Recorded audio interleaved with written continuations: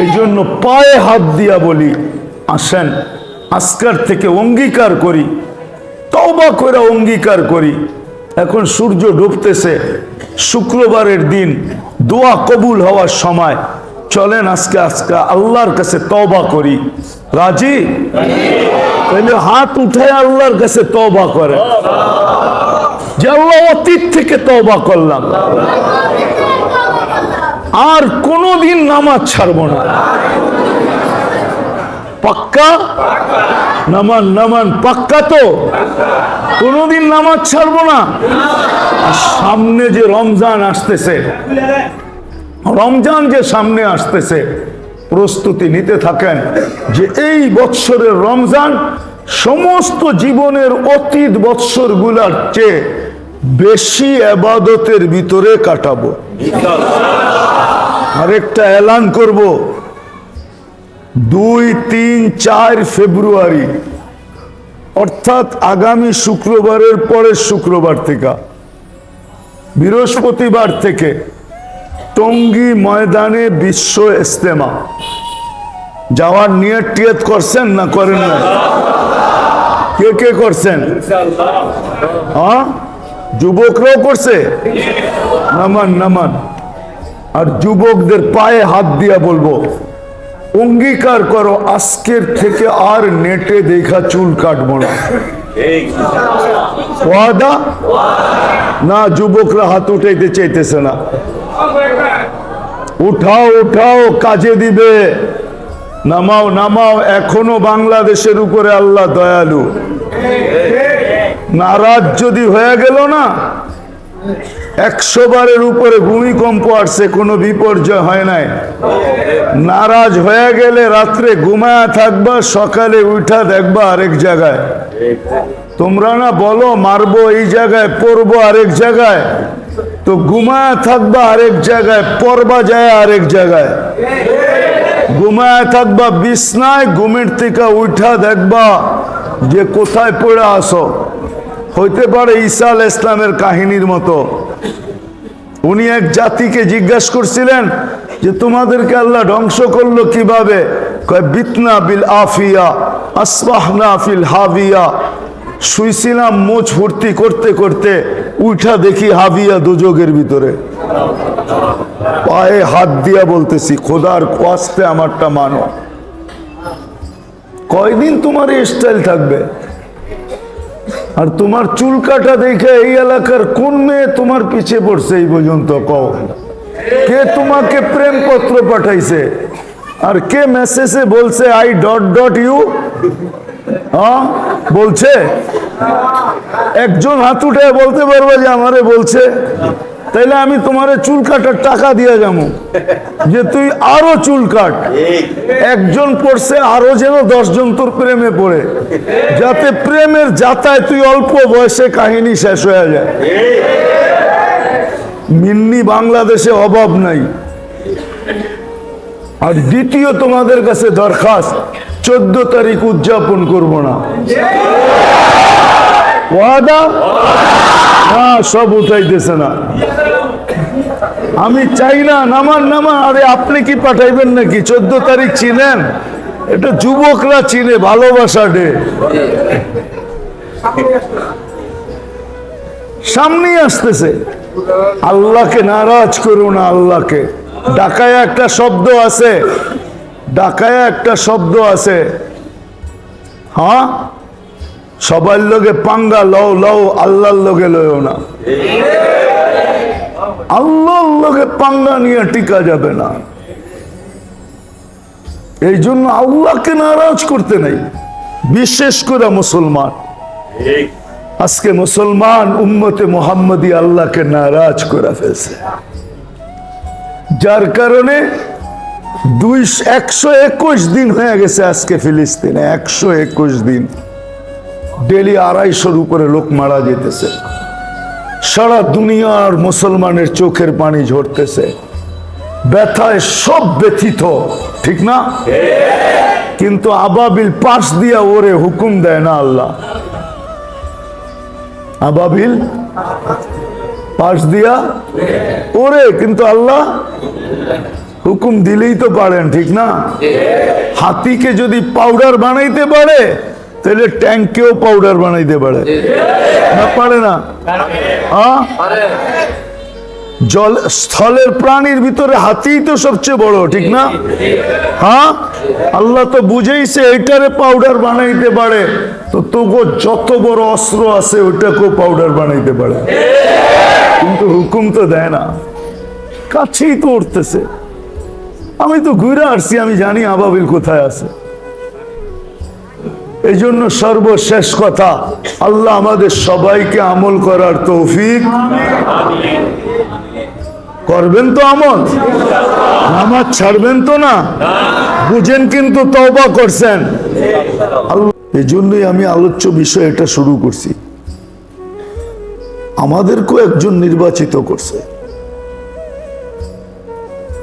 দুনিয়ার নির্বাচিত ব্যক্তি যদি দলীয় বা প্রতিষ্ঠানের রেজুলেশন বা গঠনতন্ত্র না মানলে যদি সে বহিষ্কৃত হয়, তাহলে আল্লাহ যাকে মুসলমান হিসাবে নির্বাচিত করলো,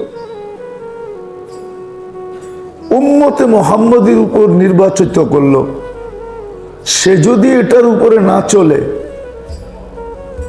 ইসলামের জন্য আপনাকে নির্বাচিত করছে।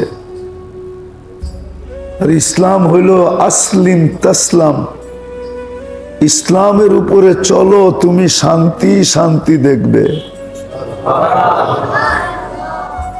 উম্মত বইনা চলো, মজাই মজা। আজকে আমরা দোনো রেজুলেশন বা গঠনতন্ত্রের বাহিরে চলে গেছি। এই জন্যই আজকে আমরা সব থাকা সত্ত্বেও এমন কেউ নাই যার ঘরে সাহাবায়ে কেরামের যুগের কোনো দৃশ্য আছে। আছে নাকি? সব ঘরেই তো আসবাবপত্র দিয়ে ভরা, ঠিক না? কি সুখের সমস্ত উপকরণ দিয়ে আমাদের ঘর ভরা না? ভরা না? কিন্তু তারপর আমরা সুখী না কেন? 200 কোটি মুসলমান, তারপরও নির্যাতিত কেন? 70% দুনিয়ার সম্পদ মুসলমানদের কাছে। স্যারের মনে হয় বিশ্বাস হয় না। দুনিয়ার 70% ধন মুসলমানের কাছে, তারপরও নির্যাতিত কেন? দুনিয়ার সবচেয়ে বড় টাকা মুসলমানের কাছে, তারপরও নির্যাতিত কেন? সারা পশ্চিমা বিশ্ব কেন, সারা মুসলিম জগৎ ছাড়া যত জগৎ আছে, দুনিয়ার 3 দেশ সবাইরে কিনতে পারে। আমার কাছে তথ্য আছে, 3 দেশ সবাইকে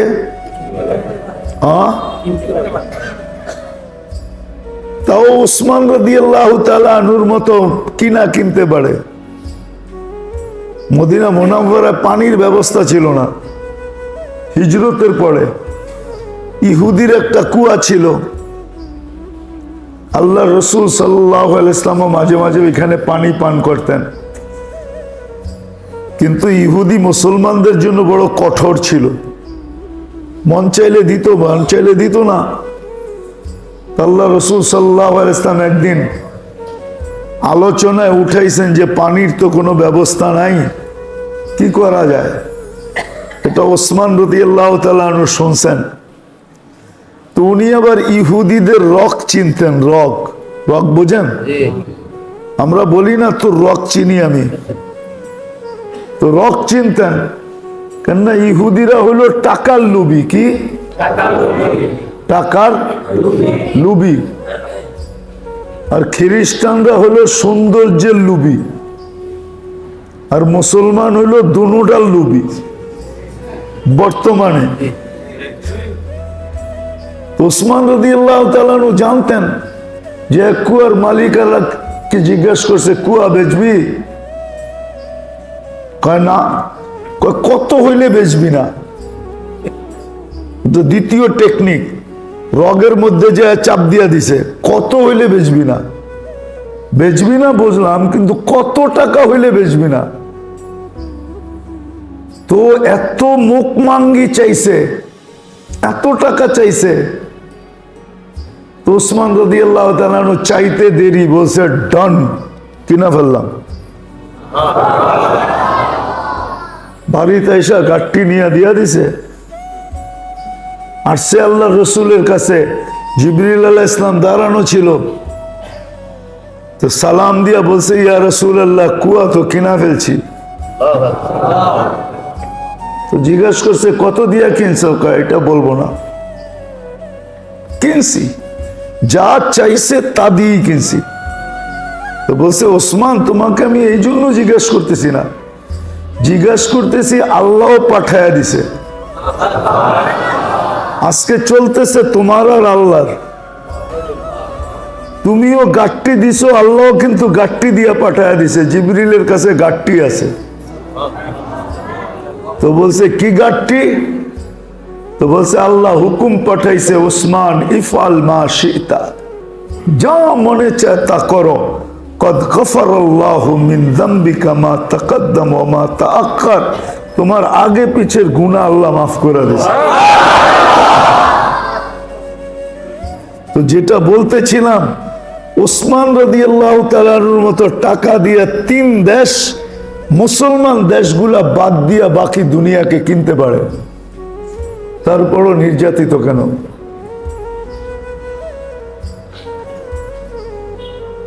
আমরা সবাই পেরেশান কেন? সবাই তো 2টা ইটের ভিতরে থাকি। 2টা ইট বুঝেন? এটা বুইরাগো কথা আর কি। বাড়ি, বিল্ডিং, চাচা কোন ঘরে থাকেন? আল্লাহ তৌফিক দিছে 2টা ইটের নিচে থাকি, ঠিক না? বুইরারা এরকমই তো বলে। ওরা বলে না যে বিল্ডিং এ থাকি, 2টা। আমরা তো সবাই 2টা ইটের নিচে থাকি, তারপরও পেরেশান কেন? ঘরে আসবাবের অভাব নাই, উপকরণের অভাব নাই, তারপরও আমরা পেরেশান কেন? সারা দুনিয়ার মুসলমান নির্যাতিত কেন? আমি শেষ জায়গায় চলে আসছি, কারণ এটাই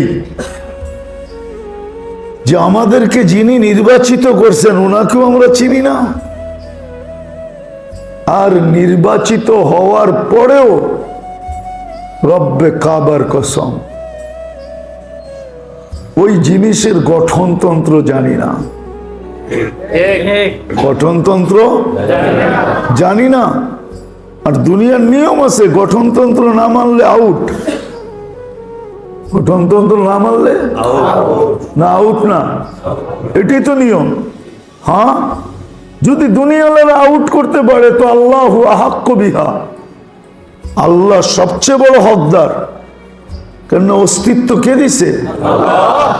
দুনিয়াওয়ালারা তো একটা পদ দিছে, ঠিক না? আপনাকে অস্তিত্ব কে দিছে? সাজাইছে কে?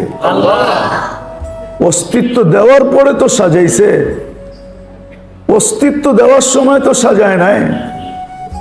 অস্তিত্বের সময় তো শুধু বডিটা দিছে বানায়া। এই জন্যই তো আল্লাহ বলে, মার পেটের থেকে যখন আসছিলে কুনতা মিসকিনা, তোমার মতো নিশ্চয় কেউ ছিল না। ফালা আলাকা সিন্নুন তাক্তা, দাঁত তোমার ছিল না যে তুমি কাটবে। ওয়ালা আলাকা লিসানুন তান্তিক, জিহ্বা ছিল, বাকশক্তি তো ছিল না। ওয়ালা আলাকা আইনুন তানদুর, চক্ষু তো ছিল, দৃষ্টিশক্তি তো কার্যকারিতা তো ছিল না। ওয়ালা আলাকা উদুনুন তাসমা, কান তো ছিল, শ্রবণ শক্তির কার্যকারিতা তো ছিল না। ওয়ালা আলাকা আকলুন তুমাইয়িজ, মগজ তো ছিল, ভালো মন্দ বুঝা ব্রেন ক্ষমতা তো ছিল না, না ছিল? ওয়ালা আলাকা কলবুন তাতাফাক্কার, দিল তো ছিল, চিন্তা কি জিনিস তুমি জানতে না।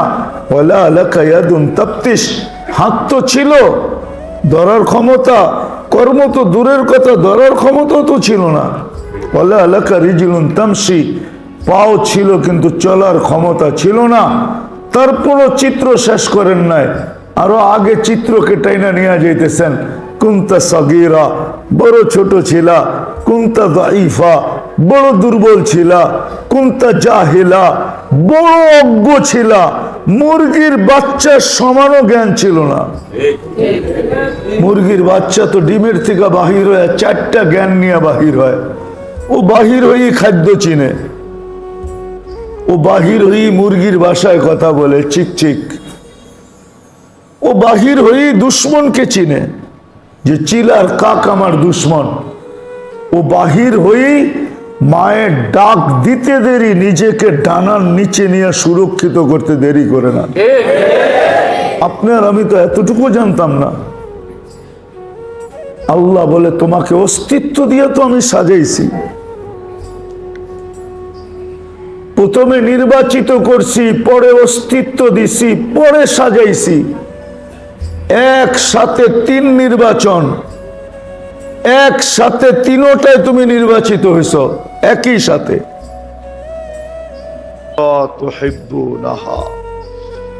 নাসরুম মিনাল্লাহি ওয়া ফাতহুন করিব, দুনিয়াও দিব। এজন্য হাদিসের শব্দ আছে তাতি ইলাইকা রাগিবা। এখন তো তুমি দুনিয়ার পিছে দৌড়াও, দুনিয়াকে ধরার জন্য তুমি সারা দিন রাত দৌড়াইতে থাকো। কিছু লোক আছে দুনিয়া ওদের পিছে দৌড়ায়। দুনিয়া দুনিয়া ওরা দুনিয়ার পিছে দৌড়ায় না, দুনিয়া ওদের পিছে দৌড়ায়।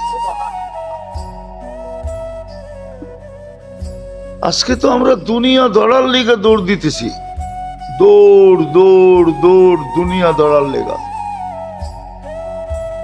দুনিয়া পাওয়ার জন্য। অথচ দুনিয়া কামানের পদ্ধতি দিছিলেন আল্লাহ উম্মতকে, উম্মত ওই পদ্ধতি মানতে রাজি না। আল্লাহর দেওয়া পদ্ধতি মানতে সব বাটপাড়ি করতে রাজি। বাটপাড়ি করতে রাজি, বাটপাড়ি করতে রাজি, বাটপাড়ি করে। অথচ আল্লাহ পদ্ধতি দিছিলেন। রিজিক মানুষ 4 ভাগে কামায়, কয় ভাগে? রিজিক কামানের দুনিয়ায় পদ্ধতি সিস্টেম কয়টা? 4টা। প্রথম পদ্ধতি হলো 9-6 করে কামানো, রিস্ক বিজ জিল্লা, এটাকে বলে রিস্ক বিজ জিল্লা। 9-6 করে কামায়। কি 9-6 বোঝেন? এটাও মনে হয় বোঝেন না। বোঝেন?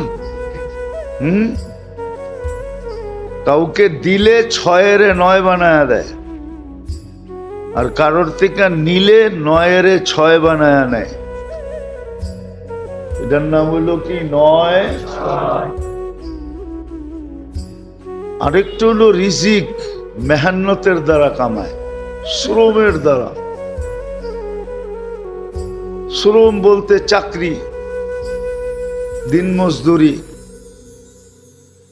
অটো শটো, রিক্সা টিক্সা, মানে দেহটারে খাটায়া কামায়। আরেকটা হলো রিস্ক বিল ইন্তেজার, তৃতীয়। এটা হলো এগ্রিকালচার, ব্যবসায়ী। এগ্রিকালচার ফসলারা ফসল লাগায় অপেক্ষা করে আল্লাহ কি দেয়, বাম্পার দেয়। বাম্পার বুঝেন? আবার গাড়ির বাম্পার বুঝেন না তো? এইবার ফলন বাম্পার হয়েছে, ঠিক না? এটা হলো রিস্কুল ইন্তেজার। এটা হলো সব এগ্রিকালচার, ফার্মার বলে যাদেরকে, ফার্ম করে বসে থাকে।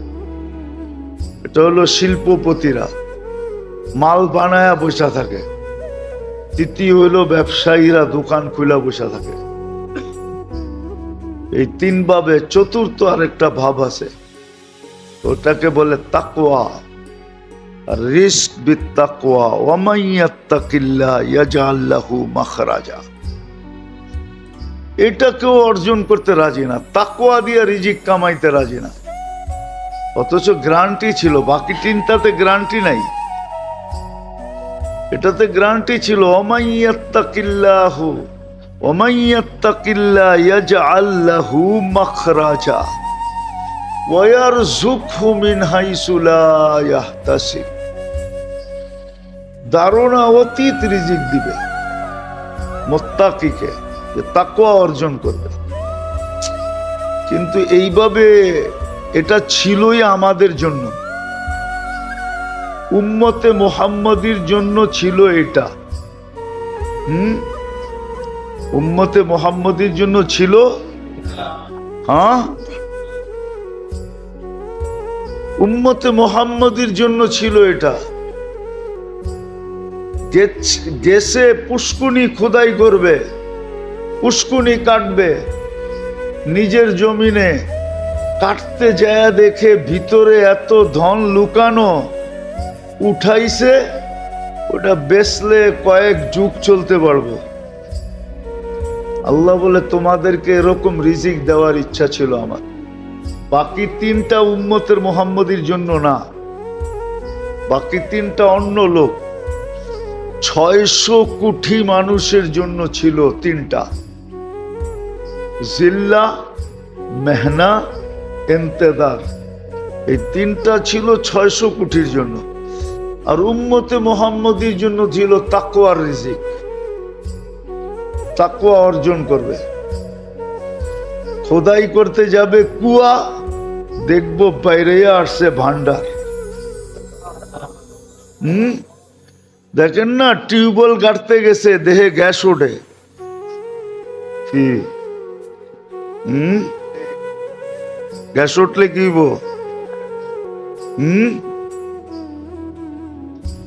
কি টাকা টাকা, ঠিক না? কিছু তো দিবই সরকার, আমার জমিনতে উঠাইবো, কিছু দিব না? একোয়ার করতে যে এত কিছু দিব, ঠিক না? দিব না? দিব না? দেখা যাবে ওইটা দিয়ে আমার বয়স পার হয়ে যাবে। মুসলমানের জন্য, উম্মতে মুহাম্মদীর জন্য ছিল চতুর্থটা। এই জন্য তো আলী রাদিয়াল্লাহু তাআলা আনহু বলছিলেন, রাদিনা কিসমাতাল জব্বারে ফিনা, আল্লাহর বন্টনে আমরা খুশি খুশি খুশি খুশি। আমাগরে তাকওয়ার রিজিক দিছে, আর বাকি দুনিয়ারে বলছে খাওয়ানোর পর্যন্ত সময় নেই। জান টান তো না, খালি যুবকরা আজে বাজে জিনিস দেখে। এখন দেখে খালি খেলা, আর এরপরে দেখবো খালি আজে বাজে, ভালো জিনিস দেখে না। হংকং যান, হংকং যান, নাইলে নেটে দেখো, হংকং এর মানুষের ঘুমানোরও সময় নেই, খাওয়ানোরও সময় নেই। ওরা গাড়িতে বইয়া ঘুমায় আর গাড়িতে বইয়া বই খায়। কেননা যাইতে যাইতে আবার অফিসে আসার সময় হয়ে যাবে। Taiwan, Hong Kong, Japan. এই জন্য জাপানে দেখবেন ট্রেনে উঠলে সব ঘুমায়। আমি তো হাক্কা বাক্কা খেয়ে গেছি 2 বার যায়, উঠলে কোনো আওয়াজ নাই, সব দেহি চোখ বন্ধ করে ঘুমায়। মোবাইল তো ওরা আওয়াজ দিয়া চালায় না, ভাইব্রেশন দিয়া চালায়। ওই দেশের সভ্যতা আমাদের দেশের মতন না। চায়না মোবাইল বানায় আনছে, এইখানে রিং হইলে বরিশালতে শোনা যায়, ঠিক না? আমি দেখি সব ঘুমায়। স্টেশন আইলে আবার উঠে আসতে বাইরে ঘুমাইতে, তো দেখলাম ওই খবর পেলো কেমনে যে ওর স্টেশন আসছে। ওগুলো জিগাইলে কয় খামিসামা মানে হলো আবাদত, জাপানি ভাষায় কয় কামুই বলে খামিসামা, কামুই আবাদত। ওই যে কয় না, আমাদের দেশেও কিছু লোক আছে কয় কর্মই ধর্ম, ধর্ম বলে কর্ম। এটা কোনো কথা হইলো? কোন যুক্তিতে হইল? আমারে বুঝান, যুক্তি তো হইব।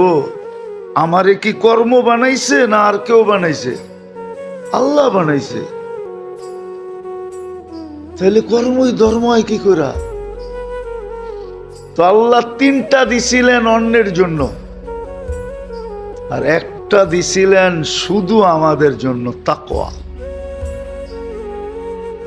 তাকওয়া দিয়ে রিজিক নিতে চায় না, রিজিক নিতে চায় বাকি তিন ভাবে। হায় হায় হায়। তো যেটা বুঝাইতেছিলাম, সময়ের মূল্যায়ন করলে আমি ওইখানে কামিয়াব হব। আর মূল্যায়ন কিভাবে হবে? আমাকে শিখতে হবে, আলেম ওলামার কাছে যেয়ে শিখতে হবে। আসল প্রবাদ বাক্যটা এইখানের জন্য বানানো হয়েছিল, বড় যদি হতে চাও ছোট হও আগে। কিন্তু এটা দুনিয়ার মধ্যে ফিট করে দিছে আমাগো বুদ্ধিজীবীরা, শিক্ষিতরা এটা দুনিয়ার ভিতরে ফিট করছে, দুনিয়ার উপরে। আসলে দুনিয়ার জন্য এই প্রবাদ বাক্যটা ছিল না।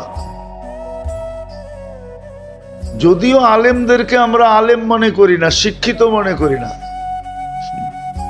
আমার সমাজ দিনী আলেমদেরকে, যারা দিনী কোরআন হাদিসের শিক্ষায় শিক্ষিত, ওদেরকে শিক্ষিত ভাবতে রাজি না,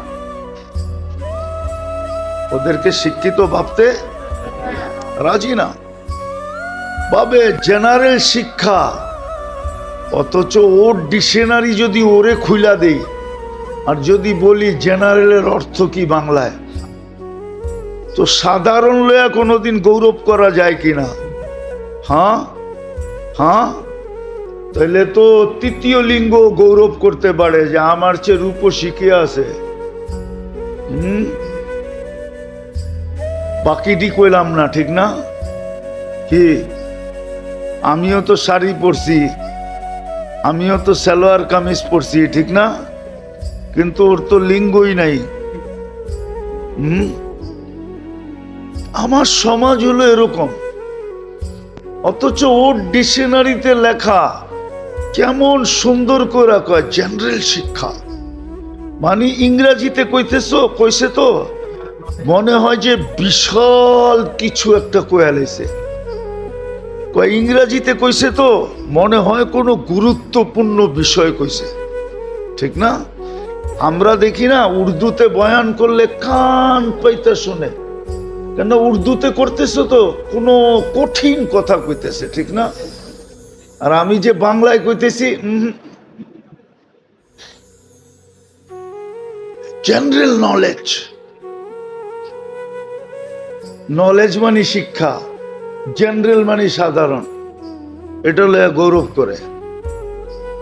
পাপ কি এক একজনের টাই সাই সুট মুট, ঠিক না? অথচ সাধারণ শিক্ষা কি? সাধারণ আলেমদের মূল্য নাই, এই জন্য শিখে না। তো আপনারা শিখেন না কেন জানেন? রাগ তো হয়ে যাবেন, বলবো আবার রাগ হয়ে যাবেন, এটা নিয়েও তো আবার টিকটক শুরু হয়ে গেছে। হ্যাঁ,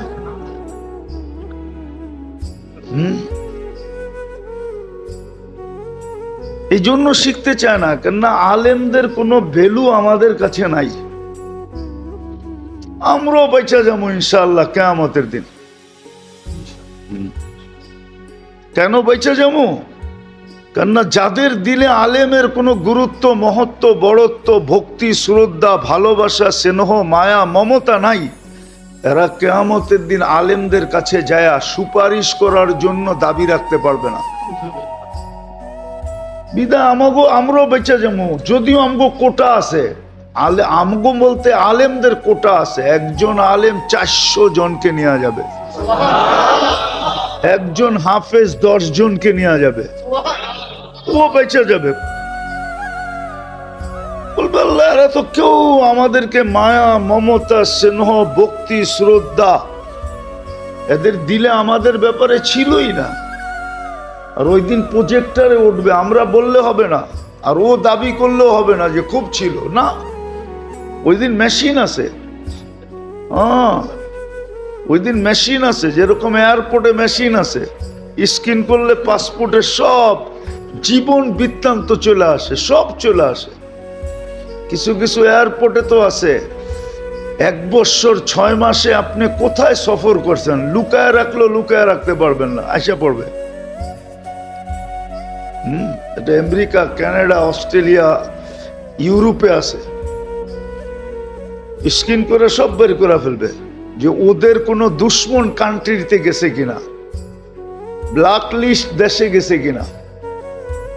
কিয়ামতের দিন এরকম প্রজেক্টরে সবাই পড়বে, হুজুররা বেঁচে যাবে, সুপারিশ করতে হবে না, নাই তো কেউ কাল্লেগা করবে, তো নিজেই যাবে, চলে যাবে জান্নাতে ডুগডুগি বাজাইতে বাজাইতে। আমরা শিখি না কেন? এই জন্য শিখি না, আলেমদের কাছে যাই না কেন? নোয়াখালীর একটা কথা আছে, আবার নোয়াখালীর কেউ থাকলে চেতে যাব।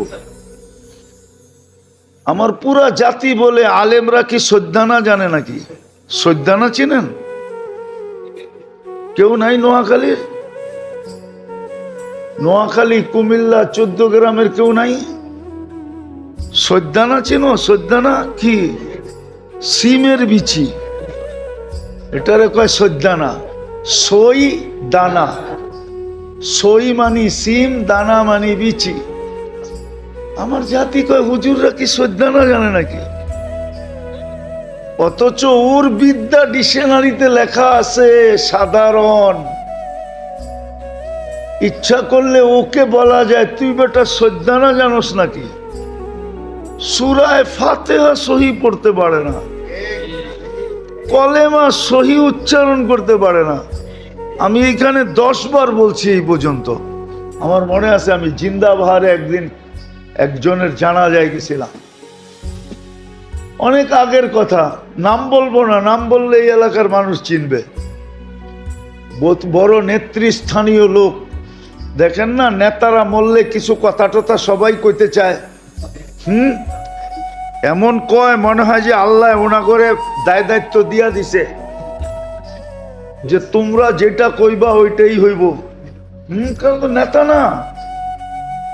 তো উনি খারা বলতেছে অমুক মারা গেছে, ইন্না লিল্লাহে যখন পড়ছে না, তখন আমি ওইখানে দাঁড়ায় মনে হয় 100 বার ইন্না লিল্লাহে পড়ছি। ইন্না লিল্লাহি ওয়া ইন্না ইলাইহি রাজিউন এত শুদ্ধ পড়ছে যে ওইটার জন্য আমি 100 বার পড়ার পরেও আমি ভাবছি কম পড়ছি, আরো পড়া দরকার ছিল। এত বড় ব্যক্তিত্ব, ওর তো উচিত ছিল জানা যে কেউ মরলে তো হইতে পারে আমাকে যাইতে হইতে পারে, কিছু বলতে হইতে পারে, তো আমি মোটা মোটা কিছু জিনিস শিখা ফেলাই, ইন্না লিল্লাহ এটা শিখি। ইন্না লিল্লাহ শিখে নাই। মনে হয় ইন্না লিল্লাহ ও যে উচ্চারণ করছে, ইন্না লিল্লাহ শুইনও মনে হয় কয়েকবার ওর গালে থাপ্পড় দিছে। কস কি তুই? যেমন হাদিসে আছে রুব্বা কারিন ওয়াল কুরআনু ইয়ালআনহু, বহুত কোরআন পড়নেওয়ালা আছে, কোরআন ওকে লানত করে যে তোকে আমাকে পড়তে বলছে কে, তুই পড়স কেন? উল্টা সিধা